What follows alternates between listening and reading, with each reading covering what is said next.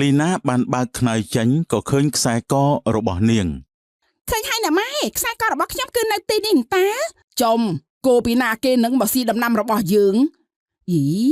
គោច្រើនយ៉ាងនេះខ្ទេចហើយដំណាំដែលខ្ញុំខំប្រឹងដាំខ្ទេចខ្ទីអស់ហើយសីហាបានដាំដំណាំជាច្រើននេះក៏ដោយសារតែខ្លួនមិនចេះទំនេរដៃដែរសុំសម្រាប់បន្តិចសិនហើយអីក៏តម្រុនម៉េះឪពុករបស់ខ្ញុំឲ្យប្រាក់ខែពេញណារឿងចោរលួចក្នុងផ្ទះសីហាជាអ្នកបម្រើម្នាក់នៅក្នុងចំណោមអ្នកបម្រើផ្សេងទៀតនៅផ្ទះលោកសេដ្ឋីកានហើយក៏ជាមនុស្សឧស្សាហ៍ជាងគេផងដែរណែសីហាដងហ្នឹងលោកសេដ្ឋីថាបេះឲ្យអស់ពីដើមដូងមានដល់ទៅ10ដើមបងជួយឡើងបេះដែរមកអត់ទេឯងជាអ្នកចូលបម្រើលោកសេដ្ឋីក្រោយយើងត្រូវទៅធ្វើការងារហ្នឹងហើយចុះបងធ្វើអីដែរចុះបងជួយបេះដែរមកព្រោះនៅមានការងារផ្សេងទៀតដែលខ្ញុំត្រូវធ្វើដែរយើងនៅក្រោមចាំមើលផ្លែដូងខ្លាចលោមានអ្នកផ្សេងមកលួចយកទៅបងឯងនេះរត់ទៅកន្លែងស្រួលរហូតបងរ៉ាណាលោកសេដ្ឋីឲ្យបងទៅចាំផ្ទះព្រោះគាត់ណាត្រូវចេញទៅក្រៅជាមួយគ្រួសារបងដឹងហើយណែសីហានៅម្នាក់ឯងទៅណាយើងទៅមើលផ្ទះបាទបងណែសីហាបេះដូងឲ្យបានល្អប្រយ័ត្នតែបាត់ផ្លែមួយផ្លែណាមានរឿងជាមួយលោកសេដ្ឋីហើយបងឧស្សាហ៍អើយខ្ញុំឡើងបេះហត់ណាស់យ៉ាងច្រើនយកមកផ្លែកាប់ហូបហើយសូមបងកុំប្រាប់លោកសេដ្ឋីអីណាអត់ទេសីហាមួយផ្លែក៏មិនត្រូវឲ្យបាត់ដែរព្រោះលោកសេដ្ឋីនឹងស្ដីឲ្យបាទបងខ្ញុំដឹងហើយតោះបងយើងទៅវិញ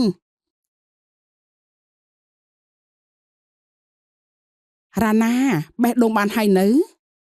ខ្ញុំបេះបានហើយឥឡូវទុកឲ្យសីហាជាអ្នករែកមកហើយសីហាអត់ជួយបេះឯងទេហ៎លោកស្រីអើយសីហាខ្ជិលណាស់ខ្ញុំឡើងបេះតែម្នាក់ឯងហ្នឹងចំណែកគេអត់ជួយសោះនៅតែក្រោមដេកលេង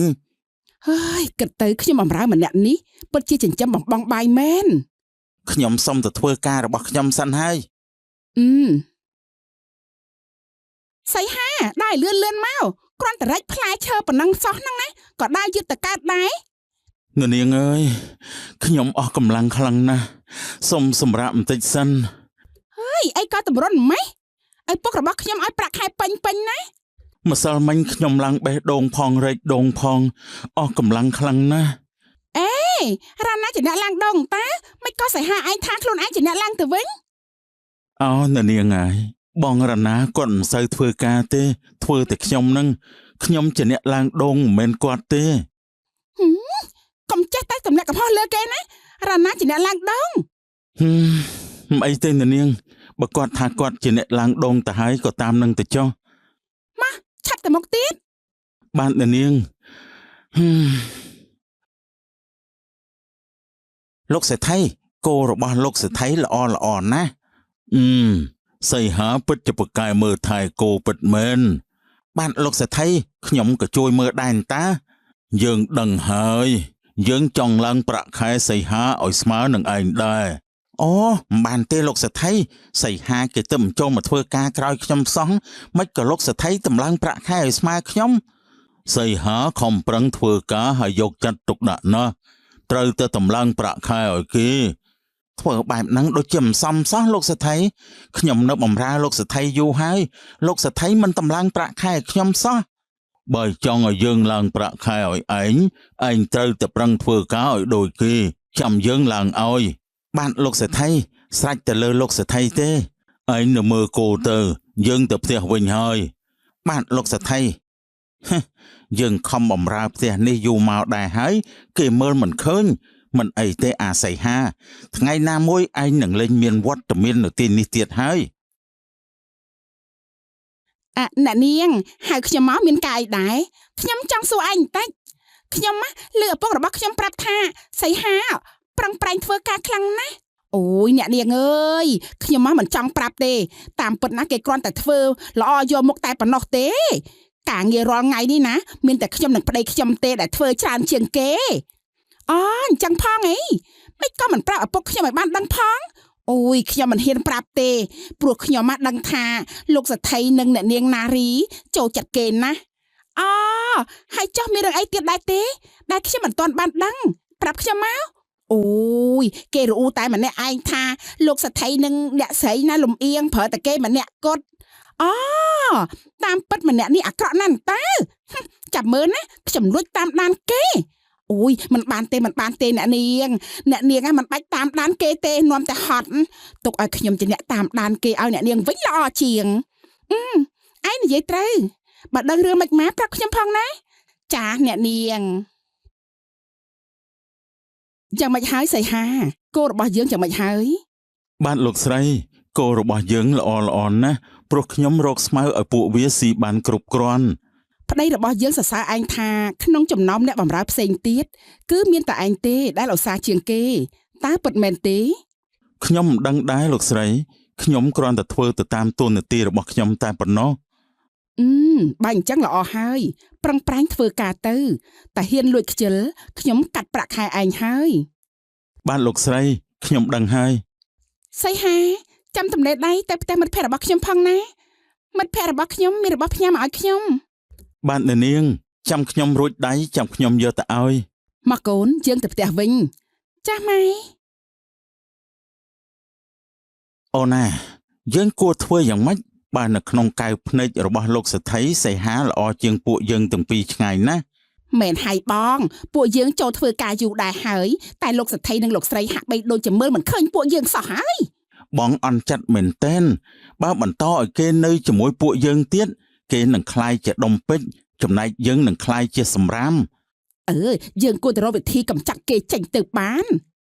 មែនហើយអូនបងមានល្បិចហើយធានាថាលោកសេដ្ឋីនិងលោកស្រីប្រកាសជាដេញគេចេញពីផ្ទះជាមិនខានទេថ្ងៃនេះលោកសេដ្ឋីមិននៅផ្ទះទេហើយសីហាគេទៅផ្សារជាមួយនឹងអ្នកនាងណារីហើយថ្ងៃនេះជាវេនដែលអាសីហាត្រូវមើលគោយើងនឹងប្រឡែងគោទាំងអស់នេះឲ្យទៅស៊ីដំណាំរបស់អ្នកភូមិមែនហើយអូនពេលនោះអ្នកភូមិនឹងមករករឿងលោកសេដ្ឋីប្រកាសជាខឹងខ្លាំងហើយសួររកអ្នកណាជាអ្នកមើលគោថ្ងៃហ្នឹង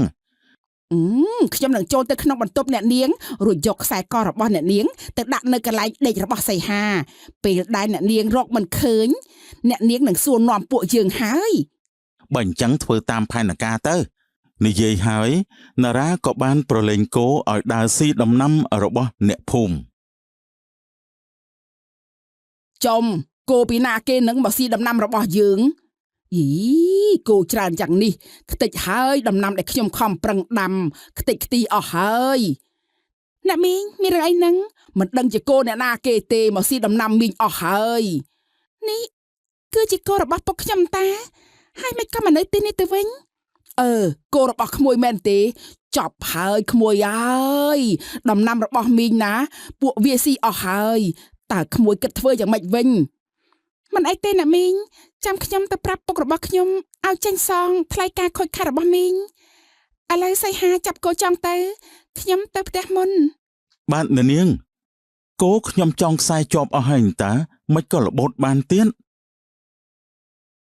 ថាម៉េចគោទៅស៊ីដំណាំរបស់គេហ៎ចាម៉ែខ្ញុំទៅឃើញផ្ទាល់ភ្នែកហើយអ្នកណាគេជាអ្នកមើលគោមិនក៏បណ្ដោយឲ្យគោទៅស៊ីដំណាំរបស់គេអញ្ចឹងឧស្សាហ៍មកណែអាចារ្យអ្នកនាងហៅខ្ញុំមកមានកាយដែរអ្នកណាគេជាអ្នកចងគោចាលោកស្រីគឺសីហាជាអ្នកចងគោ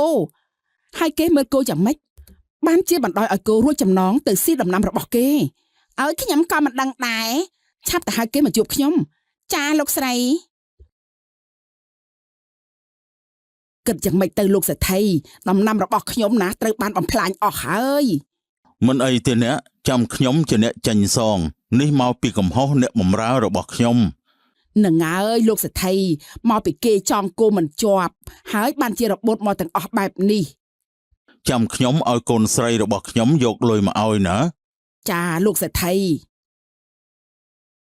មើលសីហាហើយមើលគោយ៉ាងម៉េចបានជាទៅដាច់ចំណងស៊ីដំណាំរបស់គេអញ្ចឹងលោកស្រីខ្ញុំបានចងខ្សែជាប់អន្តាម្យ៉ាងទៀតបើដាច់ខ្សែយ៉ាងច្រើនមួយពីរអីទេតែនេះដាច់ចំណងទាំងអស់វាដូចជារឿងចម្លែកអូយឯងធ្វើខុសហើយនៅមិនទទួលកំហុសទៀតមកពីឯងមិនយកចិត្តទុកដាក់លើការងារហ្នឹងណាឯងមានដឹងទេប្តីរបស់យើងនេះបានចេញលុយសងគេអស់ច្រើនណាស់អញ្ចេះចុះលោកស្រីបើនេះជាកំហុសរបស់ខ្ញុំមែនសូមលោកស្រីកាត់ប្រាក់ខែខ្ញុំចុះ អ្នកម៉ែមានចូលបន្ទប់របស់ខ្ញុំទេហើយមានរឿងអីកូនកូនបាត់ខ្សែកហើយឃើញនៅក្នុងបន្ទប់របស់កូនដូចជាមានអ្នកណាចូលមើលពួកឯងទាំង3តើមានអ្នកណាគេចូលបន្ទប់របស់កូនស្រីយើងដែរទេអូខ្ញុំអត់បានចូលទេអ្នកស្រី ខ្ញុំអត់បានចូលទេខ្ញុំក៏អត់បានចូលដែរ បើអញ្ចឹងខ្សែកខ្ញុំវាបាត់ទៅណាហើយមានរឿងមិនចេះចប់តែម្ដង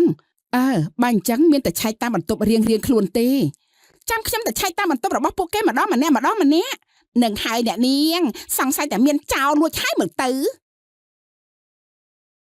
ខ្ញុំបានរកកន្លែងដេករបស់ឧស្សាហ៍និងតារារួចហើយដល់ពេលបន្ទប់របស់សីហាហើយណា បាទអ្នកនាងសូមអ្នកនាងឆែកតាមសម្រួលចុះ អូយអ្នកនាងចាំខ្ញុំជួយឆែកឲ្យ លីណាបានបើកខ្នើយចេញក៏ឃើញខ្សែករបស់នាង ឃើញហើយណាម៉ែខ្សែករបស់ខ្ញុំគឺនៅទីនេះតាអូតាមពិតសីហាជាអ្នកលួចសោះយើងខំទុកចិត្តអាណិតតែបែរជាមកលួចទ្រព្យសម្បត្តិរបស់កូនយើងទៅវិញ លោកស្រីស្ដាប់ខ្ញុំបកស្រាយសិនមានគេចង់ទម្លាក់កំហុសមកលើខ្ញុំហើយខ្ញុំមិនបានធ្វើបែបនេះទេសូមលោកស្រីជឿខ្ញុំចុះ ចោលណាវាមិនដែលសារភាពថាខ្លួនវាជាចោលទេ អ្នកនាងខ្ញុំមិនបានធ្វើបែបនេះទេមានគេចង់ធ្វើបាបខ្ញុំហើយ មកកូនទៅរកឪពុកកូនឲ្យកាត់ក្តីរឿងនេះ ខ្ញុំគិតថាឯងជាមនុស្សក្រន់បើខំសរសើរហើយថែមទាំងឡើងប្រាក់ខែឲ្យស្មើនឹងគេទៀតប៉ុន្តែមិននឹកស្មានថាឯងជាមនុស្សបែបនេះសោះ គ្រាន់តែរឿងគោទៅស៊ីដំណាំរបស់គេមិនទាន់នឹងរករឿងផងហើយឥឡូវមកលួចខ្សែកកូនរបស់យើងទៀតមែនហើយណាម៉ែគួរតែដេញគេចោលទៅ ទោះបីជាខ្ញុំខំនិយាយយ៉ាងណាក៏លោកសេដ្ឋីមិនជឿខ្ញុំដែរតែខ្ញុំចង់និយាយពាក្យនៅក្នុងចិត្តខ្លះ មានពាក្យអីចង់និយាយឆាប់និយាយចេញមក ខ្ញុំពិតជាមិនបានលួចខ្សែករបស់អ្នកនាងទេហើយរឿងកោដែលដាច់ចំណងទាំងអស់ទៅស៊ីដំណាំរបស់គេប្រកាសជាមានអ្នកចង់ធ្វើបាបខ្ញុំហើយ មិនបាច់បោកបាច់អីច្រើនទេឆាប់យកបង្វិចរបស់ឯងចេញពីផ្ទះរបស់យើងទៅឆាប់ទៅ សីហាត្រូវបានគេចោទប្រកាន់ថាជាចោររួចក៏ដើរចេញទៅដើរតាមផ្លូវសីហាក៏បានជួបកូនស្រីច្បងរបស់សេដ្ឋីកាន សីហាទៅណានឹងហើយមានបង្វិចទៀត បាទអ្នកនាងខ្ញុំបានចាកចេញពីផ្ទះរបស់អ្នកនាងហើយ ខ្ញុំទៅតែមកពីលេងផ្ទះមិត្តភក្តិរបស់ខ្ញុំ 4-5 ថ្ងៃហើយនៅក្នុងផ្ទះមានរឿងអីមែន ខ្ញុំត្រូវបានគេចោទថាខ្ញុំជាអ្នកលួចខ្សែកប្អូនស្រីរបស់អ្នកនាងហើយថែមទាំងធ្វើឲ្យគោដាច់ចំណងទាំងអស់ទៅស៊ីដំណាំគេទៀត មានរឿងបែបនេះផងខ្ញុំមិនជឿថាសីហាឯងជាមនុស្សបែបហ្នឹងទេប្រកាសជាពីរអ្នកនោះគេធ្វើបាបសីហាឯងហើយ ខ្ញុំក៏គិតថាអញ្ចឹងដែរព្រោះពីរអ្នកនោះគេចំណានខ្ញុំណាស់ដែលឃើញលោកសេដ្ឋីពេញចិត្តខ្ញុំ សីហាឯងទៅផ្ទះជាមួយខ្ញុំវិញទៅចាំខ្ញុំទៅនិយាយជាមួយឪពុកម្ដាយខ្ញុំឲ្យ មិនអីទេអ្នកនាងគ្មានប្រយោជន៍ទេខ្ញុំទៅសិនហើយសូមអ្នកនាងថែខ្លួនផង មិនគួរណាមានរឿងបែបហ្នឹងសោះ មិនយូរប៉ុន្មានសីហាក៏បានដើរមកដល់ផ្ទះខ្លួនឯងវិញខានមកផ្ទះយូរហើយថ្ងៃនេះបានមកដល់ហើយអោផ្ទះដ៏កំសត់អើយចាប់ពីថ្ងៃនេះទៅខ្ញុំមកនៅវិញហើយតាំងពីសីហាចេញមកផ្ទះលោកសេដ្ឋីកានតែងតែមានបញ្ហាមិនចេះចប់មិនចេះហើយ ហើយចាប់មែនប្រើមកដូចចិត្តសោះប្រើឆ្វេងចេញស្ដាំខ្ញុំមកឆ្ងល់ពួកឯងទៅពីអ្នកដល់ហើយឲ្យធ្វើការងារពេលណាក៏មិនដែលបានផលដែរអូយអ្នកនាងឲ្យពួកខ្ញុំទាំងពីរធ្វើការច្រើនពេកខ្ញុំធ្វើមិនអស់ទៅ មែនហើយលោកស្រីរកអ្នកបម្រើបន្ថែមទៀតមកពួកខ្ញុំហត់ណាស់ ហីធ្វើប៉ុណ្ណឹងហត់ មើលរណាហើយដូងមិនក៏អត់មានស្រោចទឹកអញ្ចឹងស្លឹកដូងឡើងលឿងអស់ទៅហើយរកតែមួយផ្លែសឹងតែមិនបានដីឲ្យស្ងួតឆេញលោកសេដ្ឋីដូងច្រើនដើមពេកខ្ញុំស្រោចទឹកមិនអស់ទេ ហើយគោក៏អញ្ចឹងដែរស្គមដូចជាគ្មានអីស៊ីអញ្ចឹងឆាប់ទៅរកស្មៅឲ្យពួកវាស៊ីភ្លាមទៅ បានលោកស្រី ហើយពេលសីហានៅយើងក៏មិនហត់លំបាកអញ្ចឹងដែរ មែនហើយម៉ែវាបើសីហានៅយើងក៏គ្មានត្រូវព្រួយបារម្ភរឿងនឹងដែរណែអូនអសាយើងគិតធ្វើយ៉ាងម៉េចវិញបើលោកសេដ្ឋីនិងលោកស្រីចេះតែរករឿងយើងរហូតអញ្ចឹងនោះ អូនគិតថាដូចជាមិនស្រួលទេមានតែពួកយើងរត់ចេញទៅបាន បងគិតថាអញ្ចឹងដែរ ព្រោះគោនៅក្នុងទ្រុងដូចជាមិនសូវស្រួលទេឈឺច្រើនក្បាលសង្ស័យតែមានខ្លះអាចនឹងស្លាប់ក៏ថាបានដែរ បើគោស្លាប់ហើយយើងប្រកាសជាមានរឿងធំហើយ យើងគួរតែរត់គេចយប់នេះតែម្ដងទៅ អូនដឹងកន្លែងទុកមាសខ្លះរបស់លោកស្រីអូនគិតថាទៅលួចខ្លះចាំយើងរត់ចេញពីទីនេះទៅ បើអញ្ចឹងចាំបងមើលផ្លូវ យ៉ាងម៉េចហើយកូន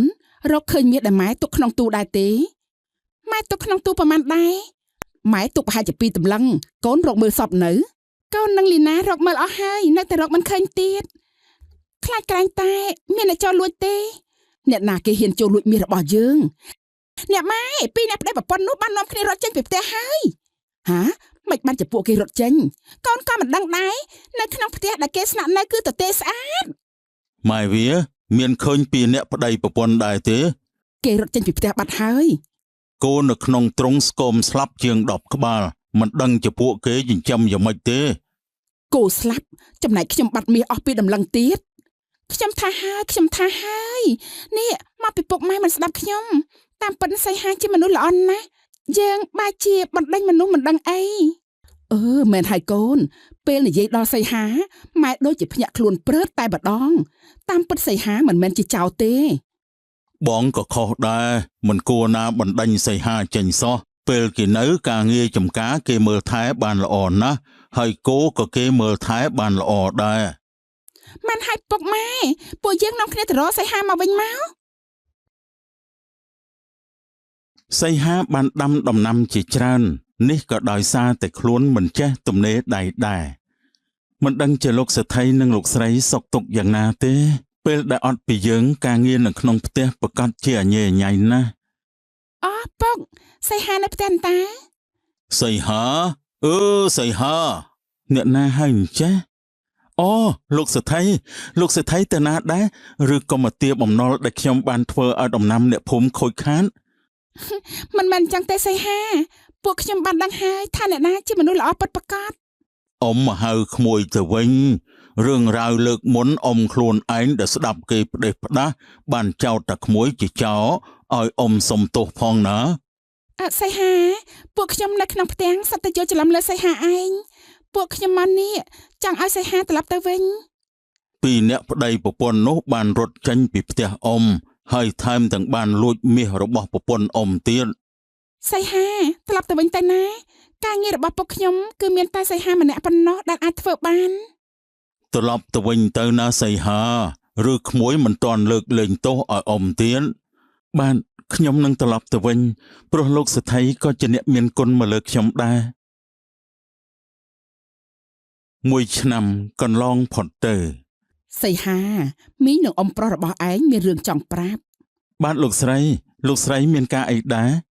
សីហាឯងមកធ្វើការនៅក្នុងផ្ទះរបស់យើងជាយូរឆ្នាំហើយឯងធ្វើការងារបានល្អណាស់ ហើយក្មួយក៏ជាមនុស្សទៀងត្រង់ដែរមើងម៉ាត់ធ្វើការ គឺមីងចង់លើកនារីកូនស្រីរបស់មីងទៅឲ្យឯងណា លោកស្រីខ្ញុំជាអ្នកបម្រើគឺមិនស័ក្តិសមជាមួយកូនស្រីរបស់លោកស្រីទេកុំនិយាយអញ្ចឹងអីអ៊ំក៏ដឹងថាឯងក៏មានចិត្តស្រឡាញ់នារីដែរ មីងបានសួរនារីហើយនារីក៏ស្រឡាញ់ក្មួយដែរ ខ្ញុំសូមអរគុណដែលអាណិតស្រឡាញ់ខ្ញុំបំណងនេះខ្ញុំសូមទទួលយកហើយ អញ្ចឹងបានល្អចាប់ពីពេលនេះតទៅក្មួយខ្លាចជាកូនប្រសាររបស់ពូមីងហើយ អញ្ចឹងចាំយើងទៅរកពេលលាឲ្យពួកគេទាំងពីរបានរៀបការ នឹងហើយបង